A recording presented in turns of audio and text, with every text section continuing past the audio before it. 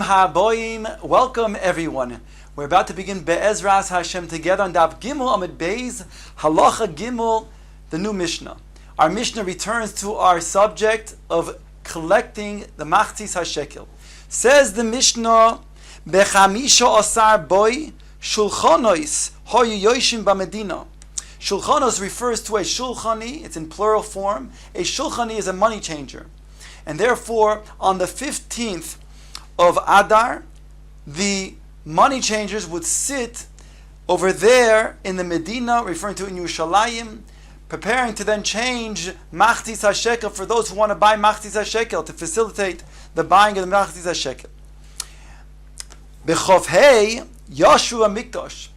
It states 10 days later on Chof Hei Adar, then the money changers, they set up shop over there in the Mikdash itself, again, to further enable people to then buy Machzis HaShekel. The Mishnah continues, Misha Yashvu B'Mikdash, Hitchilu L'Mashkein. From Chof Hei Adar, when they begin sitting in the Mishkan, these Shulchanos, then they also begin taking mashkoins against the will of those who did not yet buy Machzis HaShekel. Those who did not give a Machzis HaShekel, they'll go to their house and they'll take an object as a mashkoin. Esmi memashkenin. The Mishnah asks, to whom do they go out and take against the will of the owner from their own house a mashkon because they did not give a Machzis HaShekel? Mimishkenu bam. Levim v'Yisrael, both Levim and Yisraelim, to the exception of the Kohanim, as the Mishnah will explain shortly. V'Geirim v'Avodim Mishuchorim, also Geirim Avodim Mishuchorim, since everybody in Klal Yisrael needs a kapara and Geirim are included, and so too therefore Avodim who are Mishuchorim, they become Geirim as well. They also are required to give Machzis HaShekel, whereby we're mashkenim from them as well if they don't give Machzis HaShekel. However, the Mishnah continues, but since the pasuk in regards to giving the Machzis HaShekel states, V'nosnu ish koifer lenafshoi, and it states ish v'lo isha, women are excluded, and therefore avodim, who have the same din as a woman in their performance of mitzvahs, and ketanim are all going to be excluded from requiring to give the Machzis HaShekel. The Mishnah continues, V'chol kofen shehitchil aviv lishkol al yodoi shuv einoi poisek. Whoever father was mechanech in din chinuch, he decided to give a Machzis HaShekel for his own child, then that is not mafsik, he must continue to do so. The Mishnah continues, Ein memashkenin es ha-kohanim, going back to the kohanim, because we said we are memashkenin the Levim and the Yisraelim, but not the kohanim. The Mishnah now explains, Ein mashkenin es ha-kohanim ne darkei sholem, because of darkei sholem. In other words, since the kohanim are involved in the avodah of the korbanos, therefore, to then give them their due respect, mechabed the kohanim, we don't go ahead and mashkin from them, because if we do, it'll be a pegia in their kavod, and they'll cause an altercation between them and those shluchei bezdin who are mashkinin. So for darkei shalom purpose, we don't mashkin from the kohanim. Omer Rabbi Yehuda, the Mishnah goes on to say, Heid ben Buchri b'Yavne. Rabbi Yehuda says that ben Buchri ben Yavne says the following din: Kol kohen sheshoikel einoi choite. A kohen is not obligated to give Machzis HaShekel, but if he does, he's not choite. Those are the words of Ben Buchri in Yavne. Omar lo Rabbi Yochanan ben Zakkai. Rabbi Yochanan ben Zakkai takes issue with this statement. Low-key, he says it's not so. It's not so that the kohanim are potter from Machzis HaShekel. Rather, they indeed are chayiv, says Rabbi Yochanan ben Zakkai. The kohen must give Machzis HaShekel, and if he does not do so, he's choite. Elo, shehai kohanim dorshim mikro zela atzman. Only, says Yochanan ben Zakkai, the kohanim make an erroneous, a mistaken drasha on themselves to then pater themselves from the giving of Machzis HaShekel.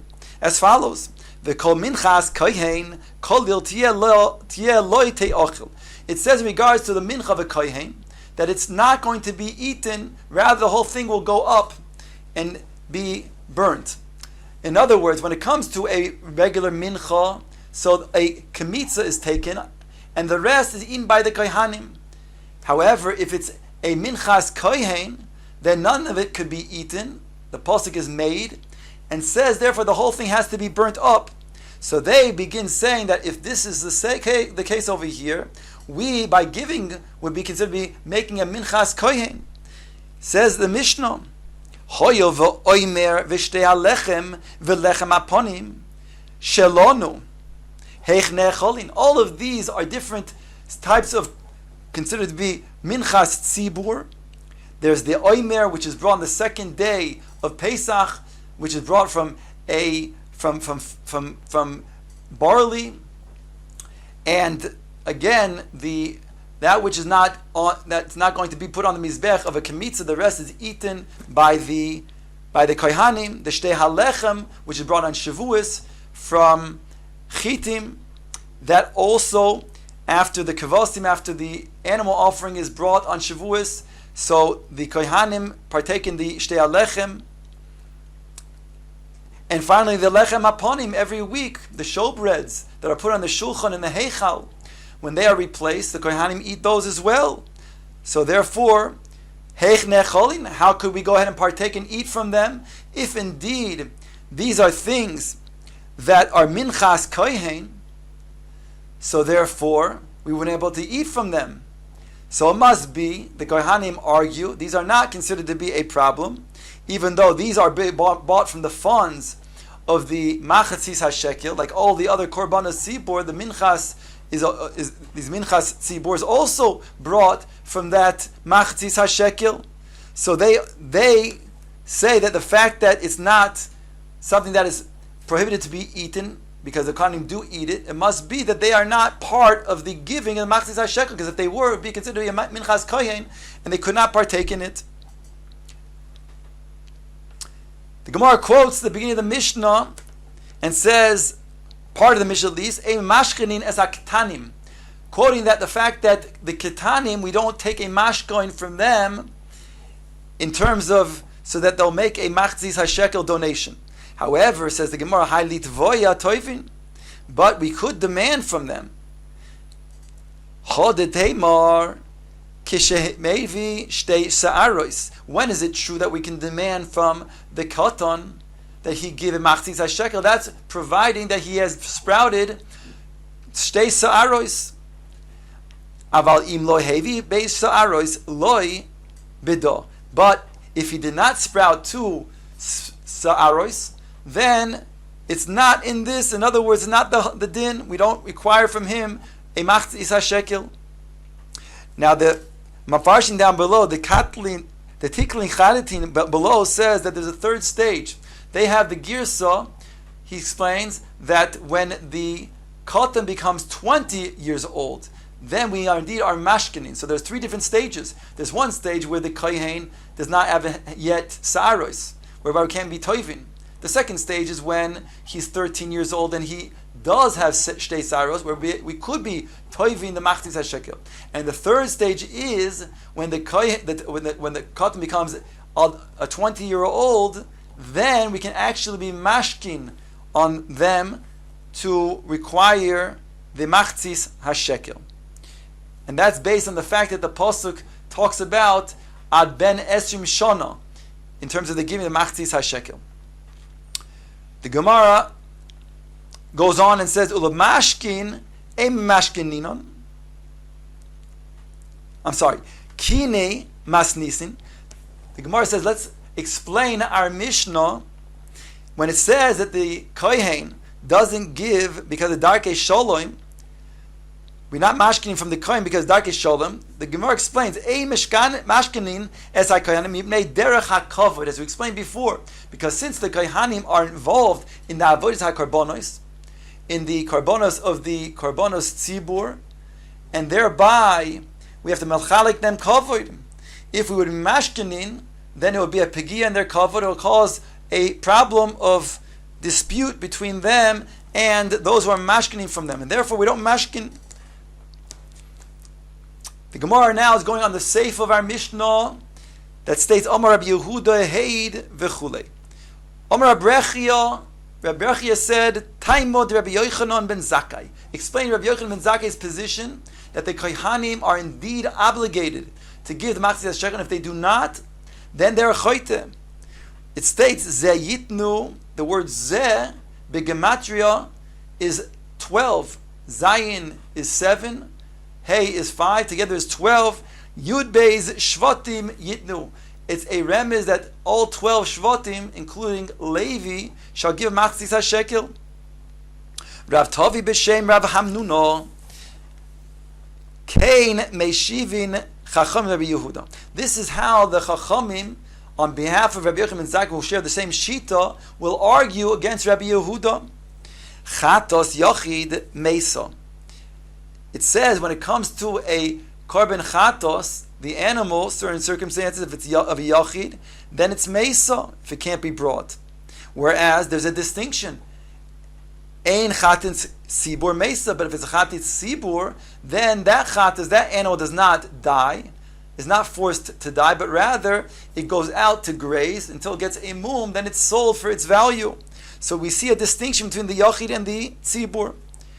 Gemara goes on to explain the Chacham's argument. Then minchas hayachid kreva kalil. The mincha of the yachid, that is completely burnt. Ve'ein minchas hatzibur kreva kalil. And the tzibur's mincha offering is not completely burnt. Rather, the kemitza is burnt. The rest is eaten by the kohanim. So we see over here an argument to say that when it comes to the minchas tzibur, thereby, even if the kohanim would also give a Masechet Shekel donation, it will also be included in the minchas tzibur, where the whole thing, where the whole thing will not be burnt, but rather will be consumed. So again, minchas yachid, the whole thing is consumed, but a minchas tzibur is not, and therefore, even if individuals, namely the kohanim, will give to this minchas tzibur, it will not be consumed, completely consumed by fire, but rather kohanim can partake in it. So there's not, therefore, going to be an argument that Reb Ben Bukhri could have to say that they shall not give the korban, they should not give the Masechet Shekel. The Gemara just says, agav, that this is not a good argument in terms of its specific case of chatos. As follows: V'kashyo meishivin la'odam davar she'eno moide boy. We have a difficulty because we have a cloud that we don't then are meishiv to a person is something that he himself doesn't agree with. And over here, Rabbi Yehuda does not agree that when it comes to the chatos of the tzibur, it's not mesa. Says the Gemara, this man, it states in the Mishnah, she'en chatos tzibur mesa. That's a Tanakama, but Rabbi Yehuda oimer tomus. It is tamus. So therefore, that analogy that we brought before of the chatas yachi being different than the chatas tzibur is not accurate. However, in regards to the mincha yachi and mincha tzibur, that is accurate and remains a kasha, the way the Chachamim would argue on Rabbi Yehuda. So the Gemara now explains, V'hu moisiv lon, Rabbi Yehuda would answer us, Zu loy nidvas yachid. This is not a nidvas yachid. In other words, when the kohen give a Masechet Shekel, so this becomes then part of the tzibur. The only problem, Rabbi Yehuda says, is they don't give it b'leiv sholim. They don't have the proper type of kavana. It's not wholeheartedly. So therefore, lichatchi they shouldn't give. If they did give, then they're not over an iser. That's Rabbi Yehuda's argument. And they say back, ve'inun mesivin lei, and we answer him, kevan shemasro litzibur, kimishahu nidva tzibur. The moment they give to the tzibur, the Hainu, the Masechet Shekel, it becomes part of the tzibur. They're not individuals, but rather it's all one tzibur, and therefore the kohanim also have an equal obligation to give Masechet Shekel. We don't look at the intention, if it's wholeheartedly or not heartedly done. Rather, we say the moment it's given, the very giving itself becomes now a korban tzibur. Ksiv, it's written, kol ha'oiver al ha'pikudim, all those who pass over the pikudim. So, question: how to explain this? Rabbi Yehuda, Rabbi Nechemia, there are two different sages. Chad Omar kol ha'oiver, kol da'ovar biyama yitain. One darshins the word kol ha'over as being referring to those who passed through the Yam Suf. V'charna omar kol da'ovar al pikudaya yitain. There it's talking about who passed through the census. They will give. So there's two different explanations how to read this verse of kol ha'over al pikudim. Does it mean kol ha'over psik, talking about all those who passed through the Yam Suf? Then ultimately al ha'pikudim, they will then give a census including the machzis hashekel. Or does it mean, as we would read kipshutoy kol ha'over al ha'pikudim, that all of those who passed through the census, they are giving machzis hashekel? So Gemara explains, man the Omer called the Ovar biyama, that all those who pass through the Yam Suf, yitain, misayed Rabbi Yochanan ben Zakkai. That will support Rabbi Yochanan ben Zakkai, because all those who pass through Yam Suf includes Shevet Levi, and all the Kohanim as well.